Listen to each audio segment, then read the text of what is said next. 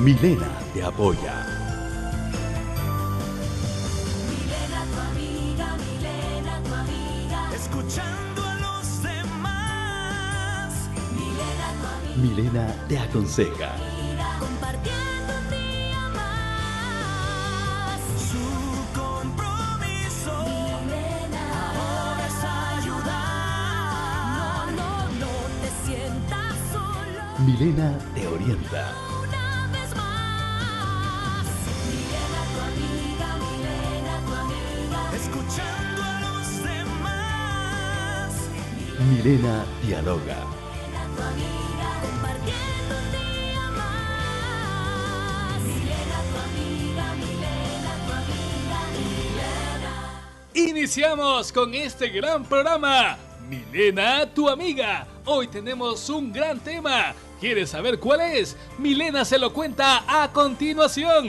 Vamos contigo, Milena Mayorga.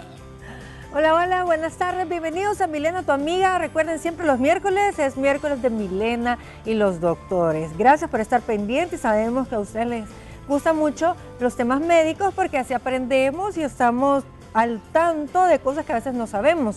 Hoy vamos a estar hablando acerca de las enfermedades en las vías urinarias y el aparato urinario es el sistema de drenaje del cuerpo para eliminar los desechos y el exceso de agua y está formado especialmente por los riñones y la vejiga. Los riñones son una parte muy importante de nuestro organismo, pues es gracias a los riñones que nuestra sangre se mantiene limpia y nuestro organismo sano. Hay muchas enfermedades que pueden afectar las vías urinarias, entre estas las infecciones que son del segundo tipo y mucho más común de infección en el cuerpo. Pero además el aparato urinario puede sufrir malformaciones u otras enfermedades. Hoy vamos a ahondar sobre este tema y para iniciar y arrancar está conmigo el doctor Darío Ayala, él es médico general. Bienvenido, doctor. Muchísimo gusto, buenas tardes. Qué bueno que me acompañe. Gracias. Mire, entre esas realmente son bastantes las patologías, enfermedades que puede sufrir el aparato y lo desconocemos sin duda. Claro. Hay unas que son como más fáciles de tratar o más conocidas, que podrían ser aquellas famosas infecciones de vías urinarias. Claro, lo que sucede es lo siguiente. Bueno, las infecciones de vías urinarias son lo más frecuente, máximo aún si se adolece de una enfermedad crónica tipo diabetes, ¿verdad? Sin embargo, hay infecciones que se pueden dar a nivel de vejiga, se conoce como cistitis, puede dar a nivel de riñón, se conoce como pielonefritis. Parte de ello se debe en gran medida a que, por ejemplo, es más frecuente en la mujer porque la uretra de la mujer anatómicamente es mucho más corta que la del hombre. La uretra del hombre mide aproximadamente 12 centímetros, mientras que la de la mujer 4. Entonces, al tener esta relación tan corta y no tener los cuidados apropiados, por ejemplo, a la hora de hacerse su aseo íntimo, puede dar una gran pauta para que se barran las bacterias del área anal al área vaginal. ¿Verdad? Entonces, por ahí anda este tipo de enfermedades. Sin embargo, hay otras enfermedades como la pielonefritis que ya abarca el riñón. Hay infecciones a nivel de vejiga, ¿verdad? Como la cistitis, y lo cual va a depender, por ejemplo, el nivel de esterilidad de la orina es de 0, es decir, la orina es totalmente estéril. Cuando ya hay presencia de bacterias, puede ser que ya haya infección, pero hasta que ya hay síntomas, usualmente la gente consulta. Puede haber presencia de bacterias sin síntomas, esto se conoce como una infección asintomática, pero también ya cuando hay síntomas es cuando ya las personas usualmente consultan. Puede ser una infección leve, moderada o severa.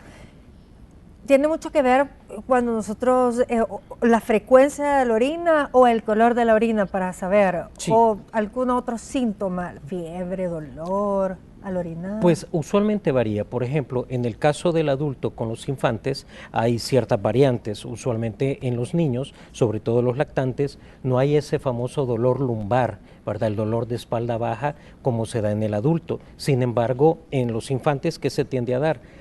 A pesar que su bebé come, a pesar de que tiene una buena alimentación, no gana peso, o peor aún, comienza a perder peso. Uno de los indicios que nos puede dar es que esté adoleciendo de infección de vías urinarias. En el caso del adulto, dependiendo del nivel de severidad, puede dar no calentura, sino que procesos febriles severos. Puede haber también ardor al orinar, que lo conocemos como disuria, y lógicamente pues también malestar general, el famoso dolor lumbar, y también puede dar aquel malestar de la orina, la gente le dice color turbio o muy amarilla, concentrado. Sí, es que a veces es como muy Sí, pero se debe muchas veces oscuro. a que la densidad de la orina está demasiado baja. El valor ideal de la densidad es de 1010 a 1030 y hay personas que pueden llegar con 1000, 1005 o con la base nada más 1010, en el cual lo que está indicando es que no ha tenido una hidratación apropiada. Falta de agua. Falta de agua, correcto. Entonces, sobre todo en climas calientes, en el caso de nuestro país, en el área de Oriente, que es muy caliente, y sobre todo porque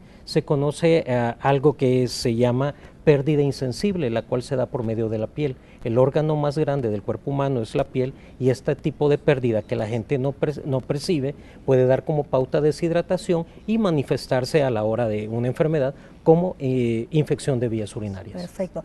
Bueno, para ahondar más en el tema, también se nos va a agregar el urólogo, él es el doctor Ricardo Antonio Pineda Álvarez. Bienvenido, doctor. Bienvenido. Mucho Qué gusto. bueno que nos acompaña. Claro que sí. Hola. Doctor, placer. ¿Qué tal? Mucho gusto. Bueno, acerca, ya para ir ahondando, sabemos que son varias las causas de enfermedades en las vías urinarias, y uno de ellos son los cálculos renales. Y sería bueno que no lo hemos abordado todavía, sino que estamos hablando más de las infecciones, que son como las más comunes, pero vamos entrando más en el tema. ¿Cómo se puede diagnosticar cálculos renales? ¿Cuáles son los síntomas? Bueno, los cálculos renales, los síntomas de los cálculos renales son muy variados realmente. Hay cálculos renales que no dan sintomatología, no hay dolor, no hay... porque lo más importante en los cálculos es que haya dolor, ¿verdad? Para poderlo diagnosticar. Para diagnosticar un dolor tipo cólico, nefrítico o algo, pues uno clínicamente va pensando en los cálculos. Ahora, lo importante es que hay cálculos renales que no dan sintomatología. Son los cálculos que se hacen, que forman, se forman como la forma del riñón, se van haciendo los cálculos, lo que se llama los cálculos coraliformes. Estos no dan mucha sintomatología de dolor. Sin embargo, sí pueden dar infecciones de vías urinarias. Y por ahí entonces se va... Exacto. Cuando entrando en hay el infecciones de vías urinarias a repetición o algo, o el interrogatorio es bien importante, ¿no? Porque si empieza a haber sintomatología cada rato, infecciones de vías urinarias o algo, y también, por ejemplo, hay historia familiar de que hay cálculos, entonces uno sospecha y por lo menos le manda un examen, una ultrasonografía o algo, y ahí encontramos los cálculos renales. Pero los cálculos... ¿Y cómo se eliminan estos cálculos? Bueno, ahí sí depende del tamaño, de la forma, del lugar donde están. Por eso hay cálculos que están en el uréter, por ejemplo. El uréter, pues es ya es el final, el tubito final. Es la estructura que lleva la orina desde el riñón hacia la vejiga. En todo este trayecto se pueden haber cálculos que sí pueden dar más sintomatología. Esos son los cálculos que dan más dolor. Son dolores terribles. Uno de los dolores más fuertes en medicina precisamente son los cólicos nefríticos. Entonces, hay que operar inmediatamente. Sí, primero la emergencia es controlar el dolor. Esa es la emergencia, y luego pues se hace el diagnóstico. Al hacer el diagnóstico uno ya interpreta y ve qué tipo de tratamiento se le puede dar al paciente, ya sea con medicamentos o también quirúrgico, o sea, con cirugía. Pero, ¿Por qué se forman estos cálculos? Es interesante.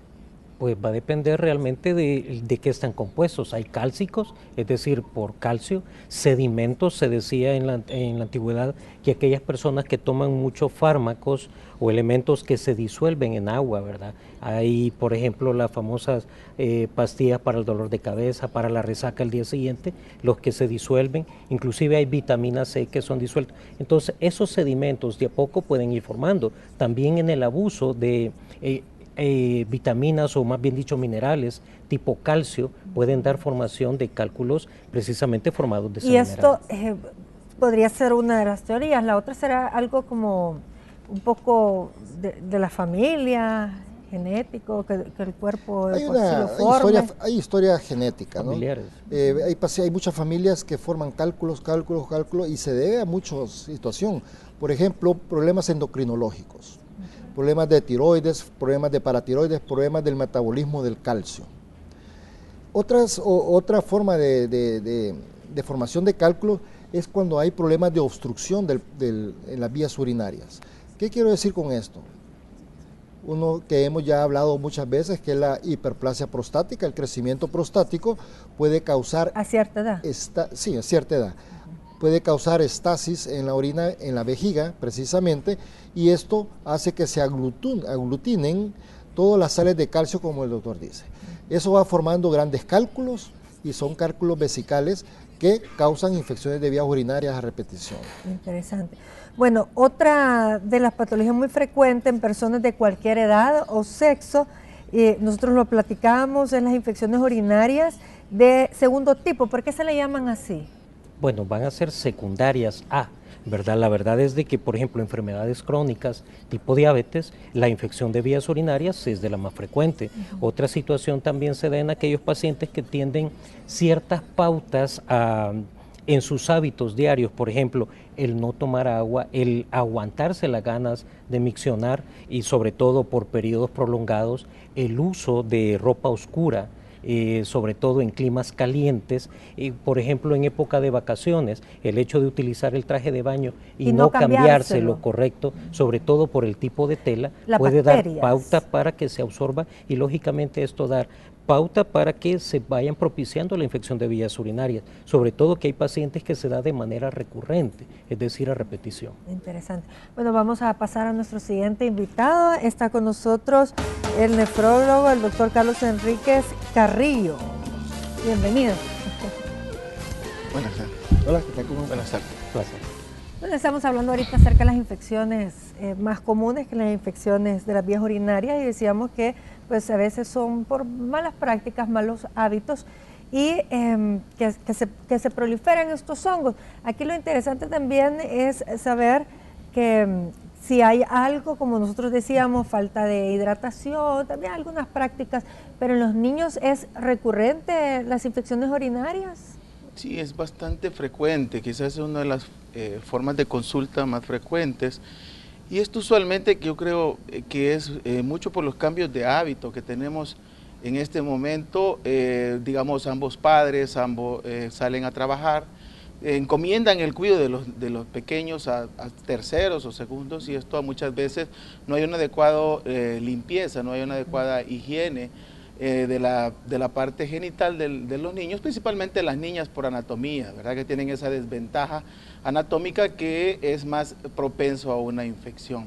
Entonces, muchas veces, y la gran mayoría de estas son, de cierto modo, por prácticas de higiene o en etapas más avanzadas, cuando ya van a la escuela o están en el kinder y están reteniendo, y muchas veces no es porque no les dé permiso a la maestra, sino que prefieren hacer algunas otras cosas y no van al baño. Esto puede generar también hechos de múltiples infecciones y múltiples episodios a repetición.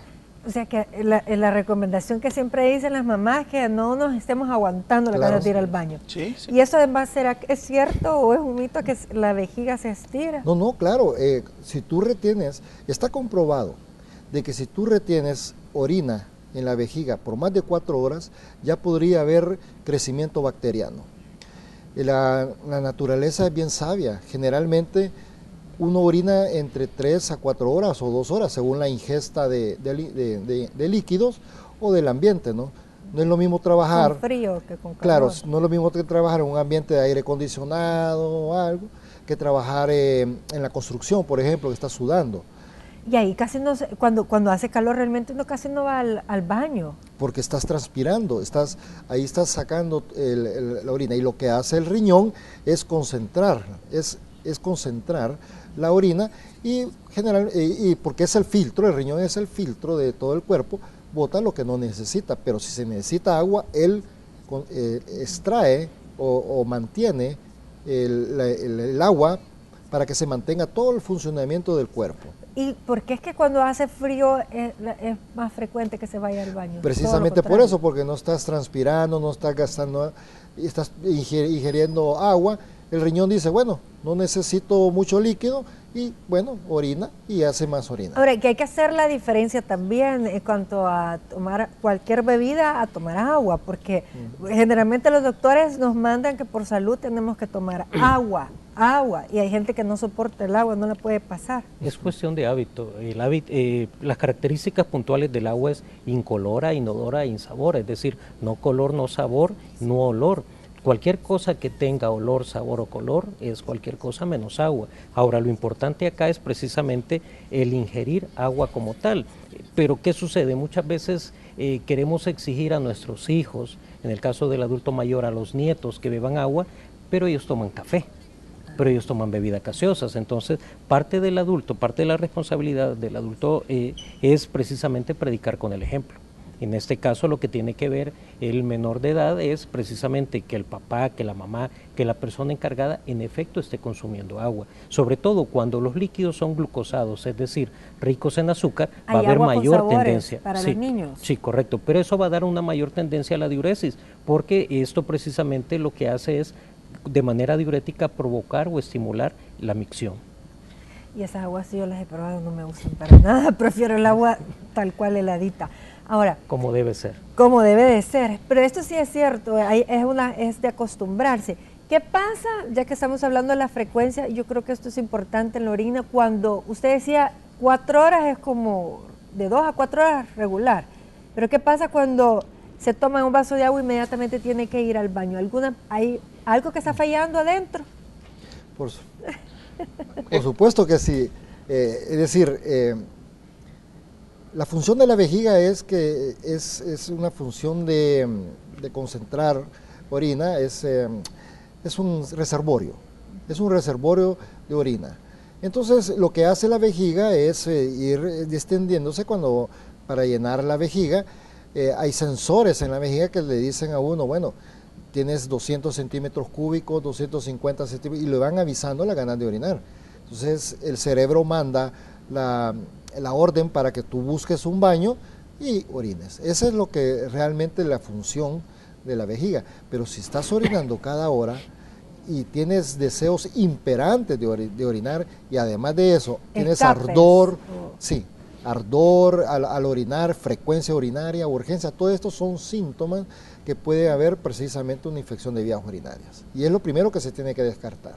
Pero también yo creo que cambia con la edad, como que va descendiendo la vejiga, o con los partos. No, eso es otra cosa.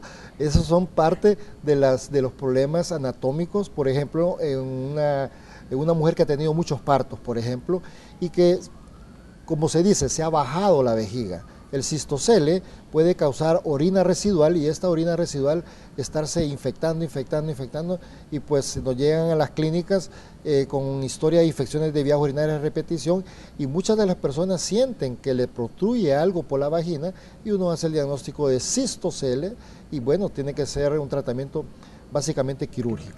Ahora, por acá tengo una información, doctor Carlos, que dice que las mujeres sufren infecciones urinarias más que los hombres. Sí, pero es lo que hablábamos, ¿verdad? Pero era por lo de la anatomía. Por la anatomía, hasta cierta medida. Además, si le ponemos el factor cultural nuestro, como es la temperatura, el clima, y que no hay sitios, para una mujer tiene desventaja. No hay un sitio sano, o digamos, así con las condiciones higiénicas que pudieran llegar al baño, inclusive en los colegios.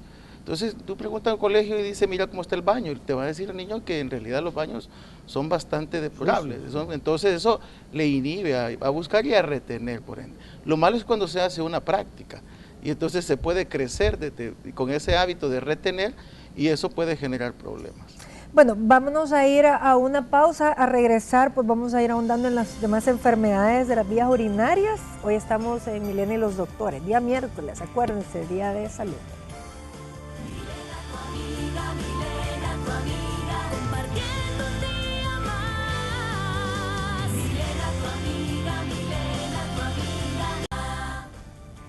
Hoy estamos en Milena y los doctores, y la plática de hoy es enfermedades en las vías urinarias. Tenemos a la doctora Lilian del Carmen Orellana, ginecóloga en la línea, para que también pueda participar.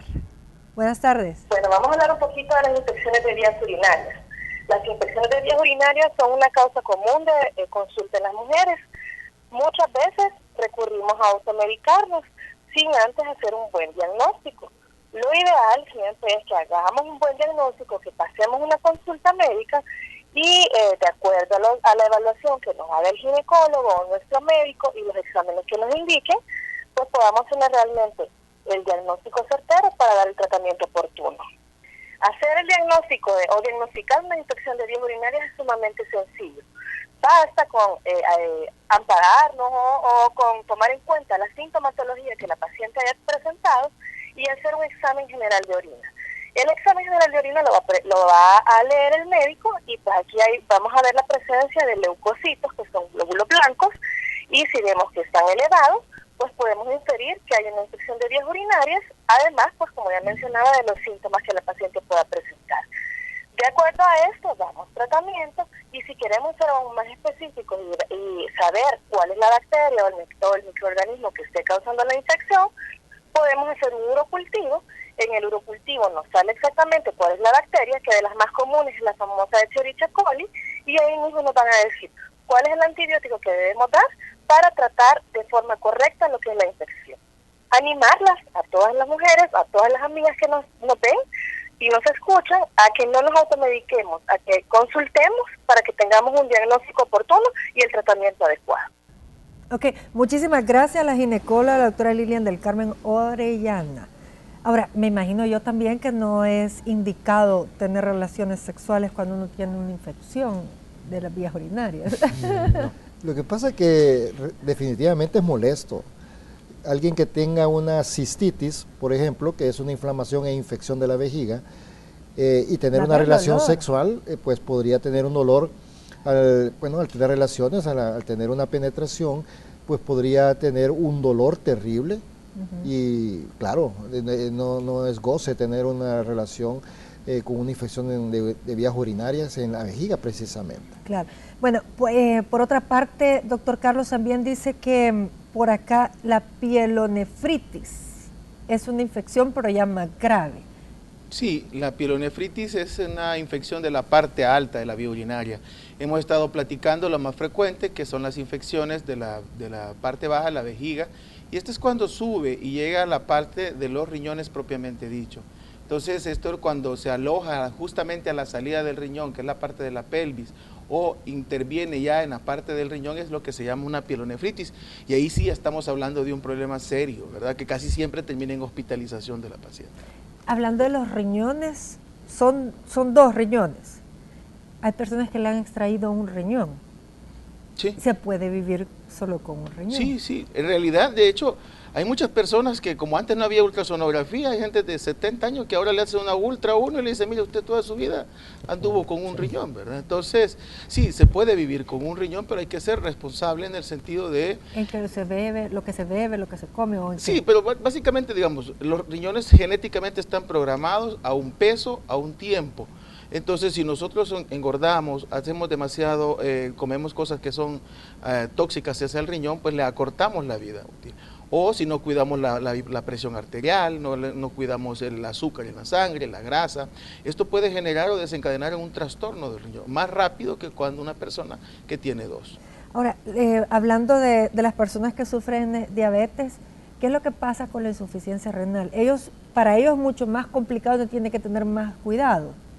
Con la diabetes, sí, buen punto, porque en realidad la diabetes es una enfermedad bastante silenciosa. Son 5 etapas lo que ocurre en la diabetes y las primeras 3 el paciente no siente absolutamente nada.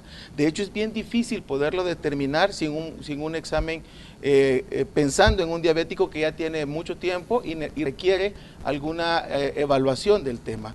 Entonces, lo básico en el diabético, por ese aumento del azúcar, genera...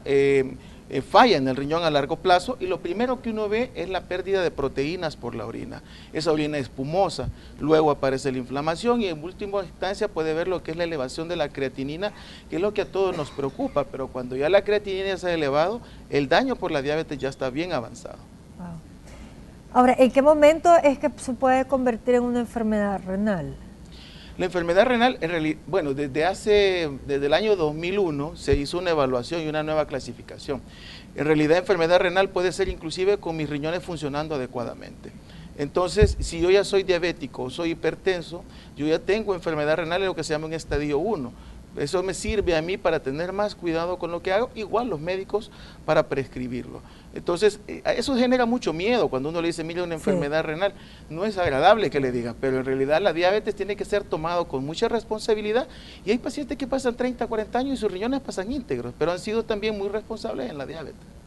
¿Y esto se tendría que hacer algún examen para ver cómo está la calidad de los riñones de las personas que son prediabéticas, por ejemplo?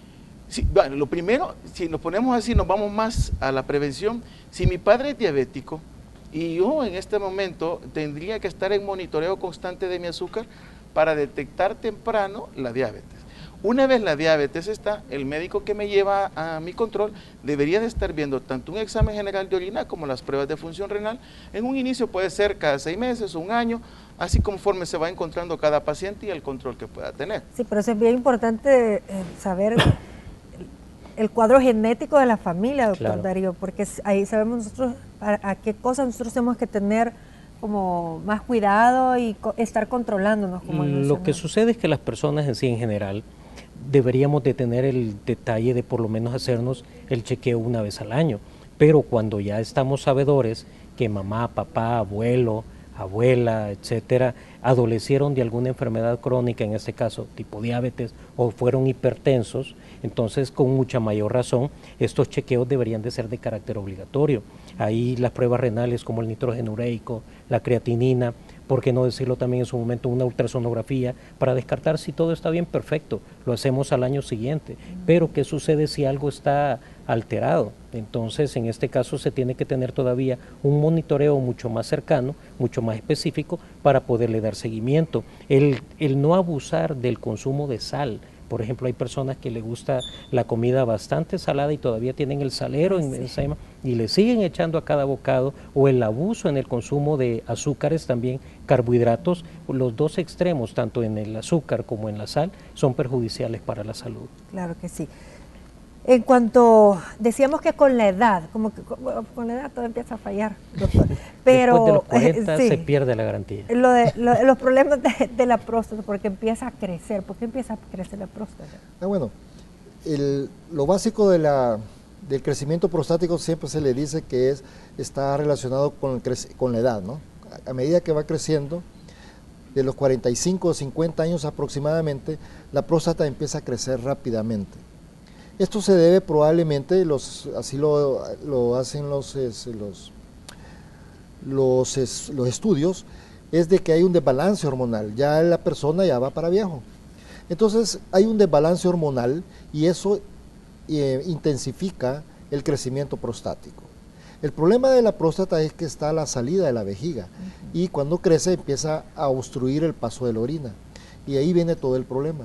Empieza a haber retención de orina, orina residual, la vejiga pierde su función y por último puede perder la función los riñones. Bueno, entonces los caballeros, digamos, ¿qué es lo que tienen que estar pendiente de ver el tipo el chorro de orina? ¿Cómo sale? Exacto, que tenga siempre su fuerza, su calibre, que orine bien y que quede satisfecho. Pero, que no sienta que retuvo. Exacto. Muchas personas sienten que tiene deseo de orinar y llega, más que todo en la noche, llega y orina, bueno, tenía muchas ganas de orinar y orina un poquito, pero se tiene que levantar 5 o 6 veces a orinar. Ese es problema prostático. El vaciamiento entonces es donde está feo. Exacto. La enfermedad prostática lo que causa es falta de vaciamiento de la vejiga. Esa es una de las causas.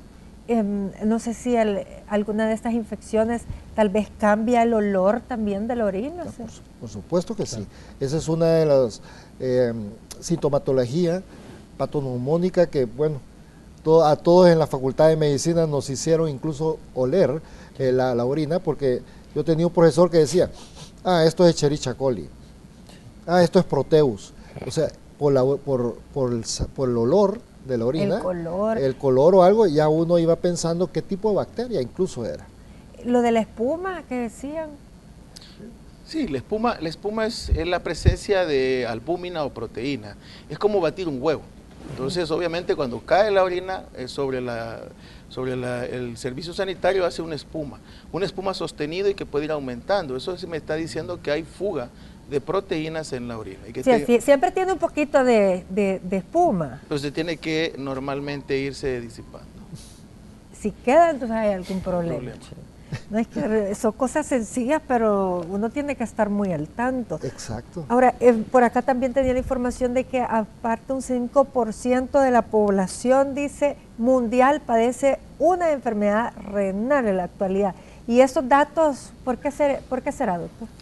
La verdad que para una enfermedad renal va más allá, es de 1 de cada 10 a nivel mundial. Pero bajo el concepto de la enfermedad renal, como lo mencioné antes, sí, ¿no? Y esto pues grandemente la diabetes es la puerta de entrada más grande, luego sigue la hipertensión.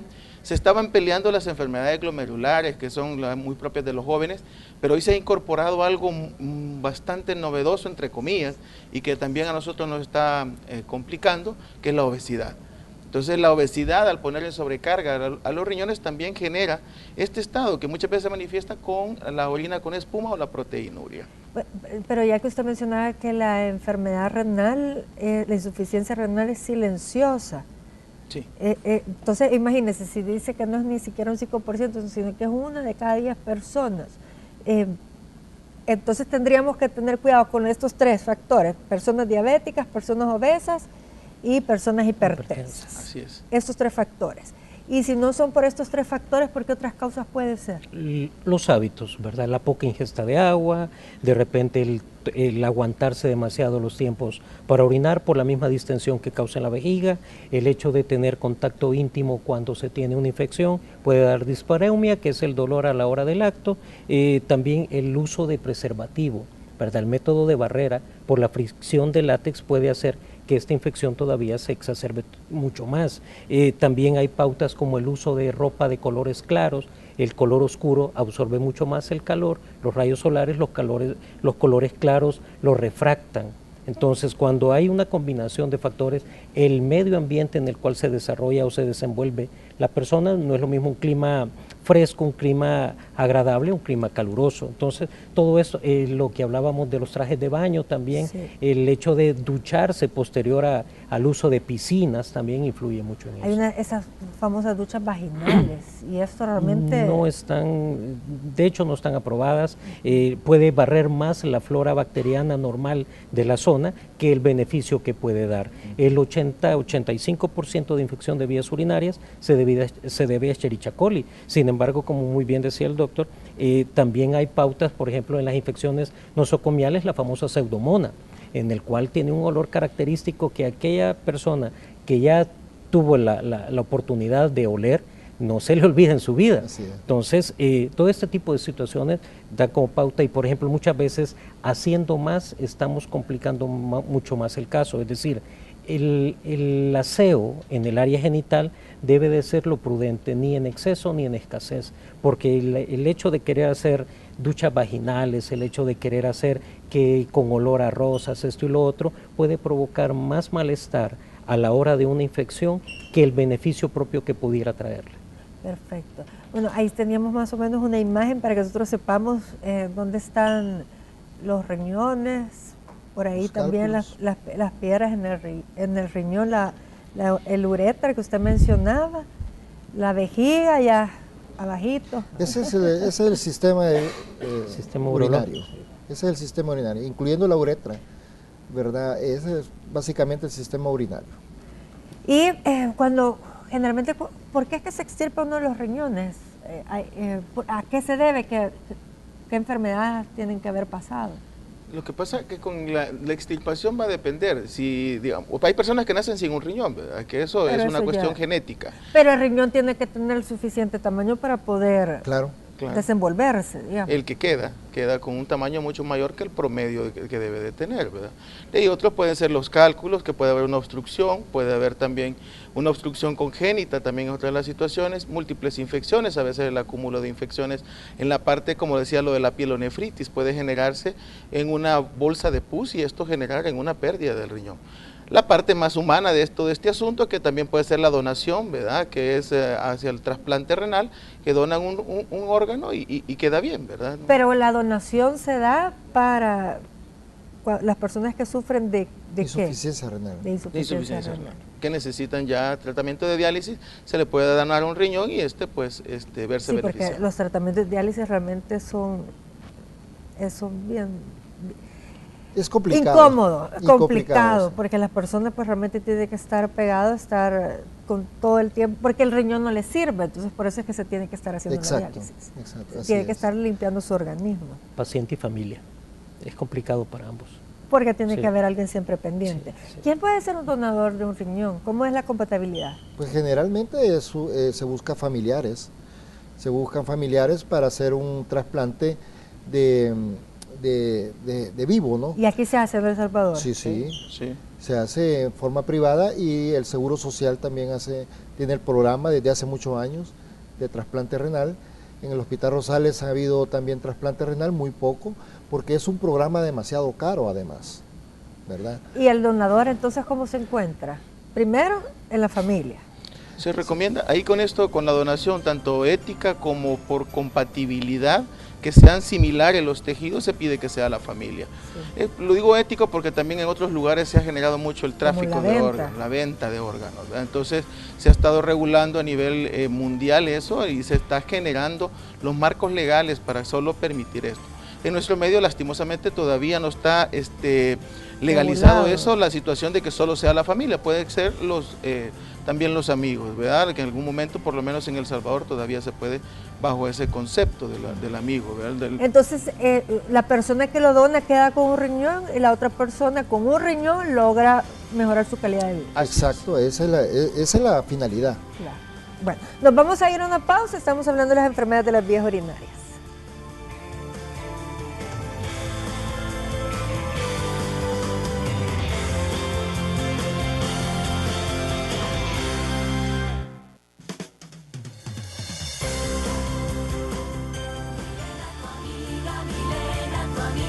Compartiendo un día más. Milena, tu amiga, Milena, tu amiga. Siempre nosotros estamos publicando alguna pregunta para que usted participe en los temas diarios.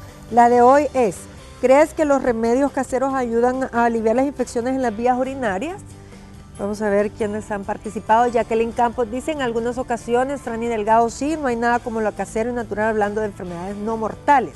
Verónica, sí, María Margarita, sí, Karen Ramírez, no, Minerva Swan dice que sí, Kaylee, buenas tardes, saludos, tengo una pregunta, mi hermano tiene un quiste en el riñón, ¿qué tan complicadas son las operaciones? ¿Me podrían responder? Muchas gracias, ya le vamos a dar la palabra al doctor. Y Julissa Polanco dice, claro que sí, con la ayuda de las abuelas hemos aprendido muchas cosas. Ya vamos a ver en qué ocasiones y qué remedios caseros. Eso tiene mucho que ver. Con lo de la operación, Del quiste. sí. Mira, ¿Qué tan complicado decía? no sé si decía que estaba complicado el quiste. ¿Qué tan complicado No, es la no, no. la Los operación? quistes renales tienen sus clasificaciones, ¿verdad? Bien establecidas. Hay quistes que son pequeños, de hecho cualquiera de nosotros puede tener un quiste pequeño que solamente es observación. O sea, casualmente en una ultrasonografía se notó un pequeño quiste de 9 milímetros o algo, pues Para que no crezca. solo estarlo observando.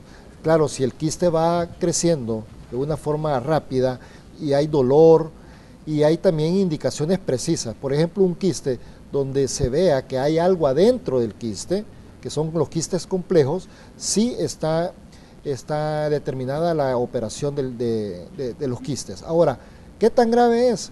Realmente la operación de los quistes se hacen por la laparoscopía ahora, es una operación rápida, Una pequeña incisión. dos que tres incisiones, se hace la operación del quiste, la resección del quiste y pues generalmente no pasa nada. El problema es si son quistes que son clasificados complejos, porque puede haber cáncer ahí.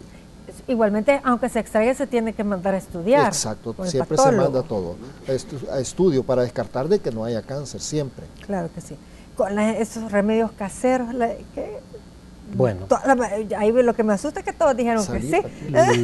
Sal, correcto. Bueno, hay desde prácticas hasta ciertos... Para la infección de las vías urinarias. Sí, el aplicar sal, dicen, a nivel del ombligo. Por ejemplo, ahora lo que se está mencionando también mucho es el arándano, el consumo de arándano para la prevención de infección de vías urinarias. También se mencionan todos los que son cítricos, las limonadas, el jugo de naranjas, entre más ácido mejor, dicen, y esto prácticamente sirve para estabilizar o mejorar el pH. El pH de la orina debe de ser aproximadamente de 5.0 a 5.5, pero entre mayor es el número del pH es como el medio ambiente. Si el medio ambiente está muy básico, es decir, muy cálido, hay una mayor propensión a que se fomente una infección de vías urinarias. Hay pacientes que pueden llegar a tener 8 de pH y lógicamente esto da como pauta que las bacterias se proliferen y sea una infección mucho más severa. Eso de la primera orina en la mañana, que incluso hay pues algunos mitos de que hasta se la beben y todo esto es locura. La orinoterapia. La orinoterapia. Sí, esto es locura, le digo yo, ok. No, hay mucha gente que lo hace. Sí es. Mucha gente que lo hace y está convencida. No sé si aquí los amigos han tenido pacientes. Es una orina toda la noche. Han tenido pacientes de que aumenta la defensa. La fe les valga, les digo yo. Así es. Sí, la fe les valga. Sobre todo muchos pacientes con cáncer de próstata lo hacen. Sí. ¿Y mejora? Pues que mejora quizás con los tratamientos tanto del urólogo como la orinoterapia, no sabemos. Entonces no se sabe a quién. Bueno, casi vamos a ir cerrando, me gustaría escuchar su reflexión final, doctor, del tema. Sí, bueno, es importante que los riñones son dos órganos que andamos en la espalda, no hacen ninguna molestia de lo que nosotros estamos acostumbrados a oír, que va a doler la espalda, que va a arder para orinar. En realidad estos pues son silentes, en el 95% no va a haber mayores síntomas. Sin embargo, como dijeron los colegas, tenemos que hacernos un chequeo regular de los riñones. Pensar que tenemos riñones y que queremos que estén bien. Con esto también el comer sano, ¿verdad? Hidratarnos en un país tropical con temperaturas tan altas. El agua es muy importante, mantener mi orina clara, solo lo voy a hacer tomando agua. Si tengo una enfermedad... Diferente a la orina de la mañana que decíamos. Es otra cosa, eso ahí no. Pero es importante si también en mi familia hay algún factor de riesgo de los que ya platicamos toda la tarde, sí, que es hipertensión, diabetes, yo tengo que estar más interesado en la salud de mis riñones. Okay. Entonces, pensando en ellos, yo puedo cuidar de ellos. Interesante. Doctor. Pues de todo lo que hemos hablado, del aspecto urológico, tenemos que estar pendientes desde el nacimiento, porque puede haber pacientitos pequeños que pueden tener problemas congénitos, ¿verdad? Puede tener problemas con incluso cálculos recién nacidos. Lo del prepucio también, todo eso, esto como que todo eso tiene que ver. Si hay fimosis, es decir, si el prepucio está cerrado, fimosis, entonces siempre hay infecciones de vías urinarias a repetición, tanto también a nivel local. Puede haber balanitis, balanopostitis, todo esto que puede ser infecciones por el prepucio. Claro. Y el aspecto urológico pues es lo que nosotros vemos. Si hay algún problema que se puede corregir quirúrgicamente, pues eso es lo que tiene que hacer el urólogo. Ahora, claro, si son infecciones de vías urinarias a repetición, tanto como, insisto, en pequeños, en niños, en adolescentes o adultos, siempre tiene que haber un estudio de las vías urinarias y puede determinar qué es lo que está causando las infecciones de vías urinarias. Sí. Si no es problema quirúrgico, pues investigar qué es lo que está pasando. Que hasta las mismas relaciones sexuales no adecuadas podría estar causando eso, y uno como médico tiene que interrogar bien a sus pacientes. Perfecto. Doctor. Quizás sumado a lo que han dicho los colegas, no se automedique. La automedicación puede generarle todavía mayores estragos de lo que puede estar presentando en este momento. La automedicación debe evitarse, una buena hidratación y consultar al médico de manera temprana, no esperar a que ya esté complicado el caso, porque lógicamente esto le ocasiona mucho más estragos tanto en salud como en su economía. Doctor, pero en cuanto a los niños tenemos que ver que ellos nos digan que les duele, por ejemplo, el orinar, el color. El color porque de la orina. para un niño, uno ahí está tratando Pero de también para eso traducir lo que están le los pasa. controles de niño sano y para eso están los controles relativamente periódicos en sus exámenes, un hemograma, un general de orina y un general de heces. Solo para terminar, ¿qué es tan cierto que nos puede dar una infección si nos sentamos en algo caliente? ¿O es un En mito? las piedras calientes. Sí, en piedra caliente sí. Sí se puede dar infección, sobre todo si se hace por tiempo prolongado. Lo que no es cierto y es totalmente un mito es que pudiese quedar embarazada por sentarse Ay, en no, una por piedra favor. caliente. Las piedras calientes. Sí, Pero correcto. siempre hay que evitar sentarse en No, claro, algo caliente. pavimento, por ejemplo. Claro, que estar horas en una cosa caliente, pues. Pero un poquito Por lo no. menos, No, no. un poquito no. Pero hay tiene que que cuidarse. ser Y hay que ¿no? tomar Ahí. mucha agua. Lo que normalmente se da es que se reseca la uretra y eso arde. Ah, quizás por ahí viene el mito, por ahí También. viene. Bueno, les agradezco, caballeros, que han estado conmigo en este tema muy interesante y por supuesto ya vieron que hay cosas tan fáciles que podemos hacer como mejorar nuestro estilo de vida y sobre todo tomar agua tan rica que es el agua. Claro. Todos tomemos agua. Buenas tardes, gracias por haberme acompañado.